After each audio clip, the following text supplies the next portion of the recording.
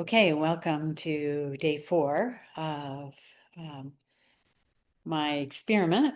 And today, what I want to talk about is Lester's take on love and really my understanding of what he's talking about. And so, my husband and I were listening to some audio tapes that Lester made. I think it was in the late 80s, 90s, somewhere around that time. And he's talking to a group about love and some of his ideas on love. And so I'm going to share a quote, I'm going to share a few things that I'm taking, and I'm going to do my best to, in fairly short order, kind of say what I think these things mean. But please appreciate I think this is actually a very big topic um, to convey, and I'm going to try to do it as quickly as I can. And so by definition, it's going to be incomplete, and it's also going to be my understanding of Lester's ideas and not necessarily his ideas. And I think somebody is at my door, so I'm going to pause. Hold on. Okay, so we're back at it. Um, all right, so let me find my notes. So here's the quote that I pulled out of the book, No Attachments, No Aversions. He's again talking about his waking up process, and he says, I was letting go and undoing all the hell I had created by squaring all with love, trying to be love trying to love rather than trying to be loved, and by taking responsibility for all that was happening to me, finding my subconscious thoughts and correcting it, I became freer and freer, happier and happier. So sorry, I don't think I did the best job of reading that, but hopefully you got it. And essentially, when he talks about the hell he had created, and trying to square it with love, trying to love rather than be loved. How I'm understanding that is that ultimately, as we experience life, if we want to be peaceful on the outside, and this, he squares a lot with Byron Katie, we have to love what's on the outside. We have to be a lover of what is if we want true peace on our insides. And so, and part of it, what he found from the other pieces I've read is that he could really he could really get to a place where it was true for him. It's not, I think a lot of us, myself included, would think, oh, well, so um, I don't know, I think that painting over there is ugly. Oh, but I'm supposed to love it and somehow find a way to magic my way into loving it. Instead, it's actually truly being able to see, this comes back to the idea of positives, what is good in that painting, and truly being able to come to a place of love. So that being true for the weather, that being true for other people. It's really seeking the good, seeking the positive of what's going on. And so in the tapes we listened to yesterday, he talked about that love is not an emotion, it's a giving attitude. But that doesn't necessarily mean a giving of things. So he talks about it really as a sense of loving the other people, wanting them to have what they want, having that sense of givingness and release. Um, rather than being so focused on this is what I want and this is the way I want it to be. And I had a little bit of that experience yesterday. We were going on a walking tour of in the Antelope Valley, and I don't generally tend to like to be in groups. And so I wanted to be alone on the tour. And I thought, oh, well, then I need to get in the front so that I'm not having to deal with all these people, or I'll be in the back. And I caught myself and I thought, no, I'm going to focus on, I want them all to have the experience that they want. And maybe they all want that same thing. And so I'm going to really that givingness of attitude, that I'm just not going to compete. I'm not going to jockey for position. And so my husband and I actually went down into the canyon. We were one of the last people to go down into it. And then we ended up in an area with our group and another group. And um, I actually have no idea how it happened, but it just worked out that Jim and I ended up in the front of the group. And we basically walked the canyon by ourselves with the guide catching up to us every once in a while to take a picture. And it was for everybody else. But it was weird how I let go of what I wanted, and this is part of what Lester says is like you let go of that, um, and and then it comes. So I don't know. It's a small example, but maybe it actually works. So, but it felt really good to just want everybody else to think of them all as my brothers and sisters and to really want them to have what they wanted and to not be so focused on myself. The other thing that happened along our drive, it was probably 95 degrees, and we were driving along this highway, and there was some road work going on. And my initial thought was, oh God, like I wouldn't want to do that job, like, ooh. And then I caught myself and I thought, I am so appreciative that these people are willing to do this job because it means I don't have to, and it means that I get to have this road, I get to benefit from it. Um, and how awesome is that? So how awesome is it that they want to do this job? And it completely shifted my experience. Um, and kind of adding to that, one of the things Lester says is everything is perfect as it is. The only thing that's imperfect about it is our thinking about it. Um, and and so part of what I was talking with Jim about was, well, if everything is perfect as it is, then that everything is going on is just fine. And that all those roles, if you think about it from a spiritual standpoint, that every role is needed to make this perfect universe, this perfect experience the way it is. And so that means the drunk in the gutter is needed, and that means the crooked politician is needed, and that means that the things that you would generally go, oh, I don't want that, or that shouldn't be that way, or whatever.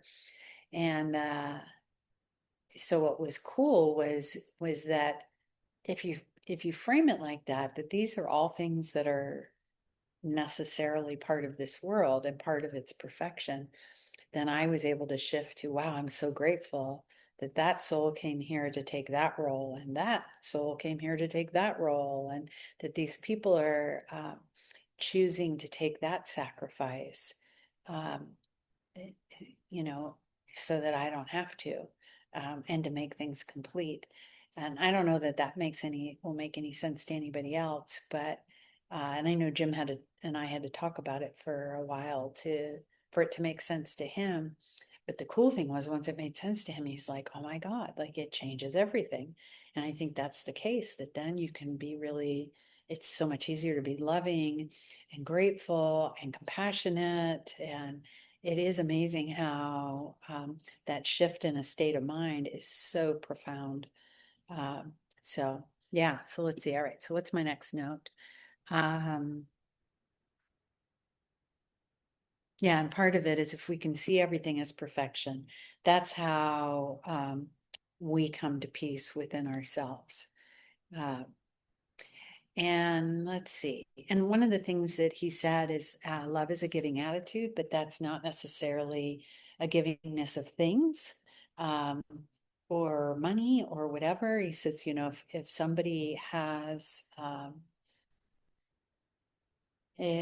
is hungry and you give them lunch, that's great, but 5 hours later they're hungry again. So he says the greatest thing that you can give is understanding. I'm going to add in a little bit because I think it's, giving understanding, love, compassion, giving wisdom when it's requested.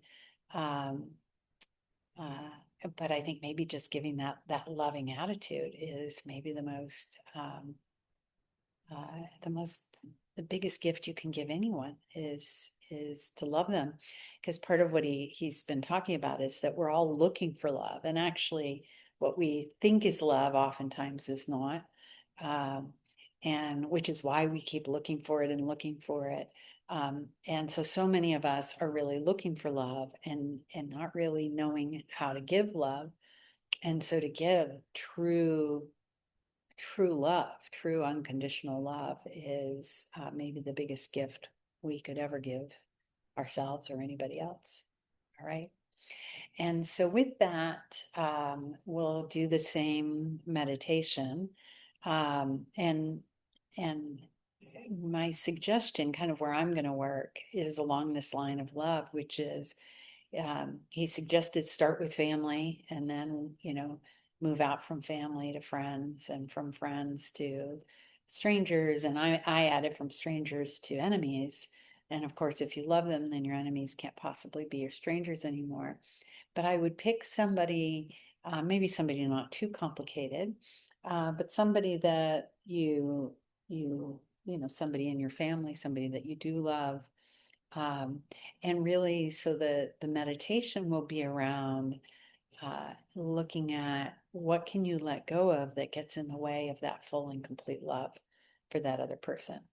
Uh, oh, there's some resentment about this, or there's some jealousy, or there's old wounds, and just see what, if anything, you can recognize. We'll go through the RAIN process: recognize, accept, investigate. We'll look at, okay, is this about wanting love and approval, or is this about wanting control and safety?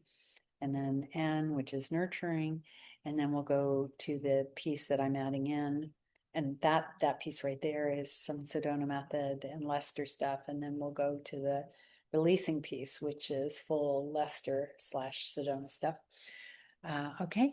All right. So here we go. And as usual, I'm going to turn off my video and my voice does get quieter because I am doing this meditation is for me, really, and hopefully you'll benefit from it. But so my voice does get quieter because I'm obviously going into my own meditative state, so I become quieter. All right, turning off my camera. All right, and finding the now feeling for the person that you want to work with or the thing you want to work with. Finding the thing that gets in the way of just full and complete love.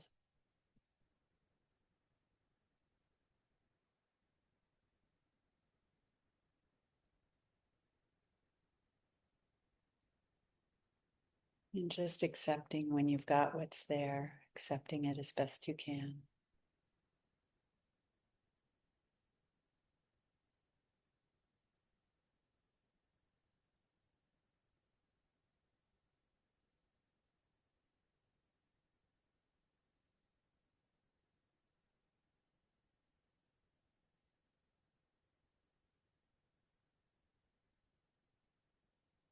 And investigating it now. Is this feeling about control and safety, or is this feeling about love and approval?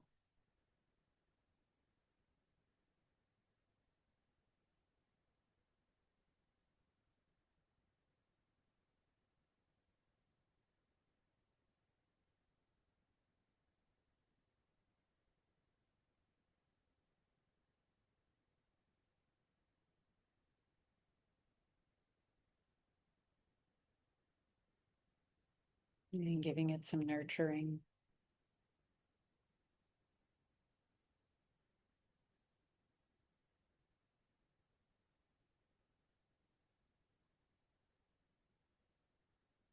And we go into the release. Can I let this go?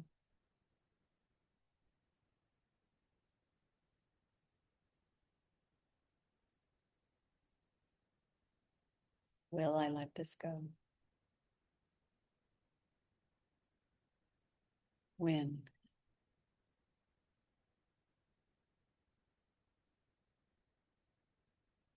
And just taking a moment to notice how your body feels after that.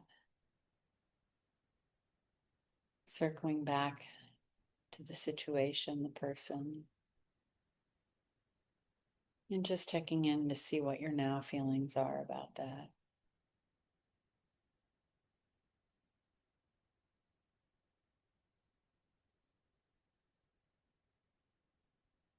And accepting those feelings, recognizing them first and then accepting them.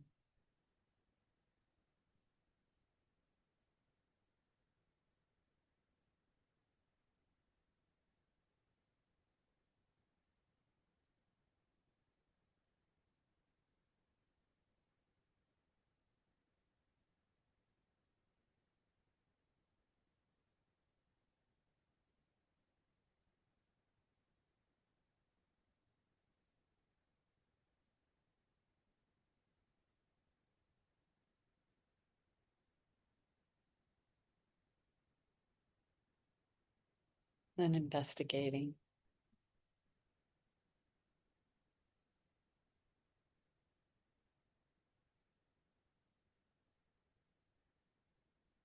And nurturing, giving love and thanks for what's there. How it's tried to protect you, take care of you, seemingly get you what you need. And now we shift into release.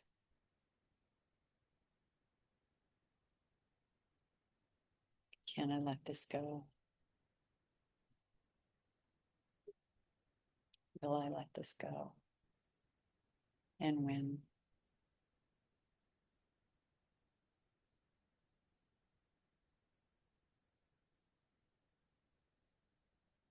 And I'm going to do one more round. If you've worked through what you've worked through, you could do something else. If you haven't, circle right back. And again, going to recognizing, what am I feeling?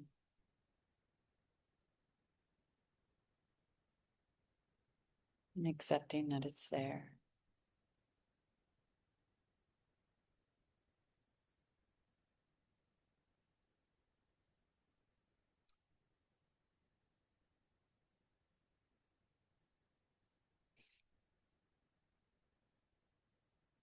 And investigating.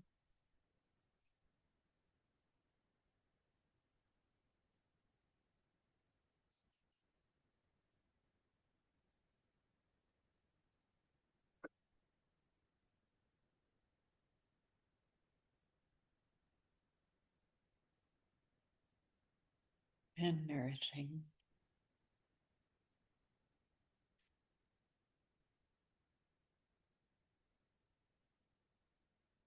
And now we go into release. Can I let this go? Will I let this go?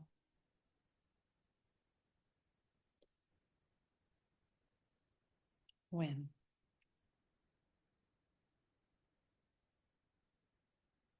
And taking a nice deep breath in.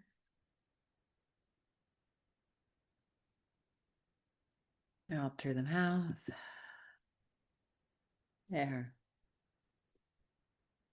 And hopefully that was helpful for you.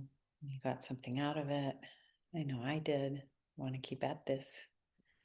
I'm definitely finding that these ideas make sense to me, and they're helpful, and they might actually make a really big difference in my life. So I'm super hopeful about that psychotherapy has some pretty complex ways about working through things. And one of the things that I found recently is there's a trauma release technique called the flash method that 15 minutes, swear to God, 15 minutes, and you can be through and resolved like a whole chunk of pain that you've been holding on to, a whole chunk of it. Like one client comes to mind, it was her whole kind of high school years and eating disorder and self-hatred. And we did 15 minutes of work, and um, she was just amazed. She came back a month later and she's like, oh my God, I can't believe, like, could it really have been that? Um, but so the flash method, there's no pain involved, with like no exposure, which is part of the hallmark of, oh, you got to feel it to heal it. And she didn't have to feel any of that. And I it just points to the possibility that maybe the whole way we've been, the idea that we couldn't just take it and drop it. We've thought that we can't, it's not that easy, but Flash suggests it's that easy. And so maybe this whole releasing thing could really work for a lot of different things, for so many things. So I'm hopeful about that. And if I can prove it to myself that it really works, it's something that's going to go in my practice, and might be a primary thing in my practice because shoot, like if I can help people, if we don't really need to hang on to things the way we think we do, or the way we do, wow, right? And if I can help, if it turns out to be true for me, and I can help some percentage of the people in my practice get well so much quicker, that would be pretty amazing. Yeah, we can make it way less complicated. So we'll see. All right, thanks for being on this journey with me, and hopefully, like I said, hopefully you found something positive in our work together today. All right, take care.